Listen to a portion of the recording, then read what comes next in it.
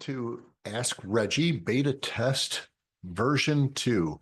We are bringing you the latest and greatest for the changes that we've made to AskRegi.ai.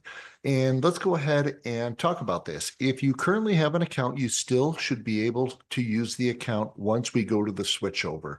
You would put in your email address along with your password. Again, if you haven't used your account in a while and your password for some reason is not working, please click forget your password and it will send you a new password.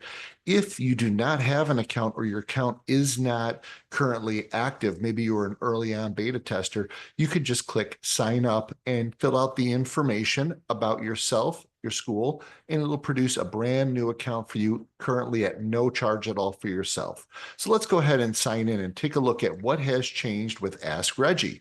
So AskRegi now has a few different options. First and foremost, let's take a look. You still have our Q&A and you have our history, but you'll notice in between this is where you find the difference in regulations. So here you would choose your state for what state you want to look at for regulations. For instance, we have New York State here. We also have all the way at the top for federal, we have CACFP. So the CACFP regulations are here. But now if we go back and we look at the different states, for instance, with New York State, you'll see here that no longer is it just one reg. It is all the regs for that state. So a child day center, daycare center, a group family daycare center, a family daycare center, a small daycare center, and school age. If you are used to in New York State being a group center, this is where you would click on group center, and you'll notice down here this will change for document. So you click on this document and you can ask specific questions about this regulation. You'll notice that if you change here, if you're an in-home center, you could click on this and say family daycare, or if you are a small center, according to New York State rules, or a school age program, accordingly here too. But typically you would be going here and here you would be asking your question. So let's just ask a quick question. Can I put an infant to sleep in a bouncing bed? All right, one of those little bouncing beds that they have oftentimes in infant rooms. So let's go ahead and get the answer there. As usual, this takes a few minutes to process, but it's significantly quicker than you trying to look up the regulations. Here you get the answer. Here's the question. Here is the AskRegi answer. According to New York State, here is the section. Children must not sleep or nap in a device such as a car seat, baby stroller, infant seat, or bouncy seats. So the answer is no, you cannot do that. And I think most of us people looking at this understand that it's no. Again, you have response confidence here at 100%. This means when it was looking through the document, did it feel like it got to the right amount of information? Saying yes, 100%. Still, since we continue the beta test, you have the required feedback to ask another question. You'll notice you can't ask another question up here until you provide feedback. So you would put feedback in here, would say, yes, this is an answer that makes sense for us. It is an accurate answer.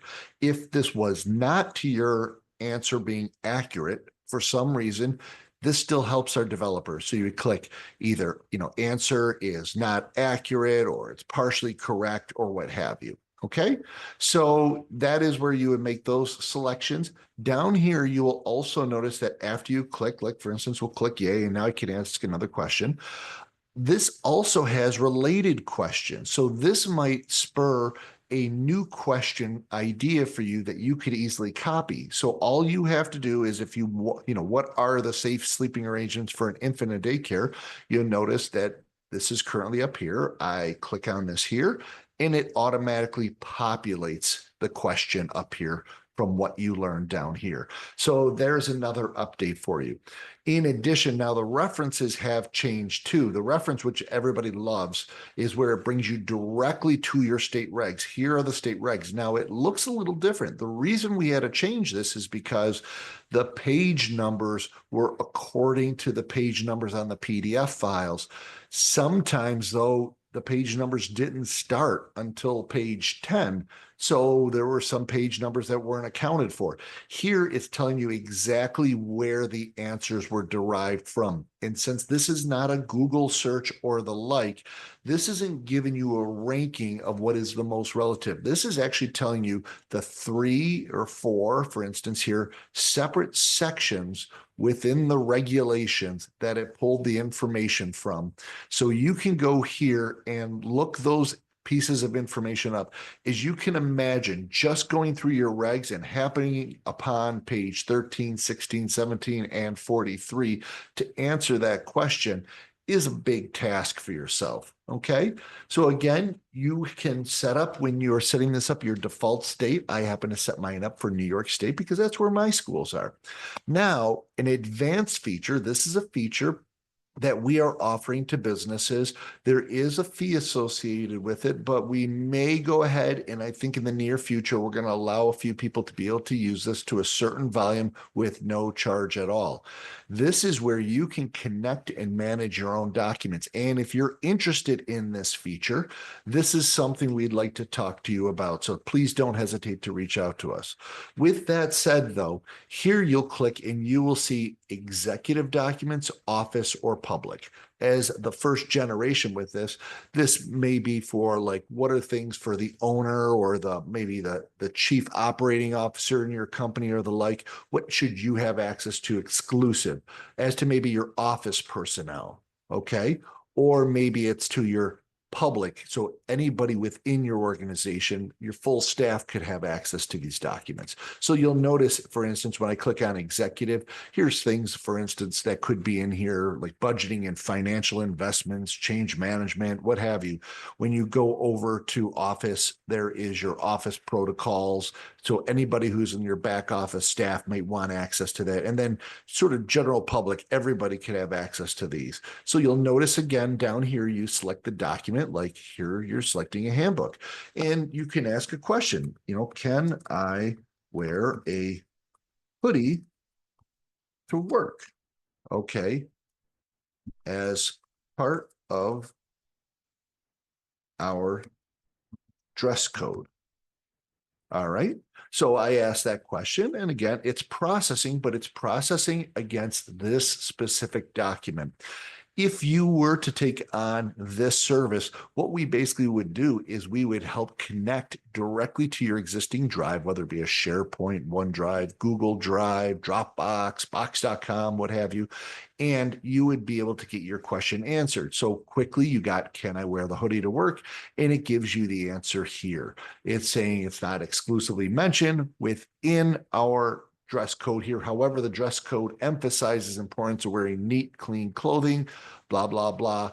So it does give you some of the considerations associated with that. Again, you have the same features of approving it, of disapproving or saying specifically where, as well as the specific reference pages. And it pulls up actually our handbook here. So you can go directly to a page, for instance, and it talks about your personal appearance or what have you. So this can be super helpful when you are trying to give access to your teammates, and that information becomes available. You also notice that it date stamps the time, and that is so if you go into history, you can go in here in history and look up when this actually was, and so it saves this here for you, so you don't have to keep on asking the same question over and over again. Well, those are some of the new challenges, or new opportunities that have come with Ask Regi. We'd love to have your feedback, continuing to use this, and please don't hesitate if you're part of a group and you would like us to come back in and spend some time with your overall team. We'd love to be able to help. So thank you very much and have a wonderful day.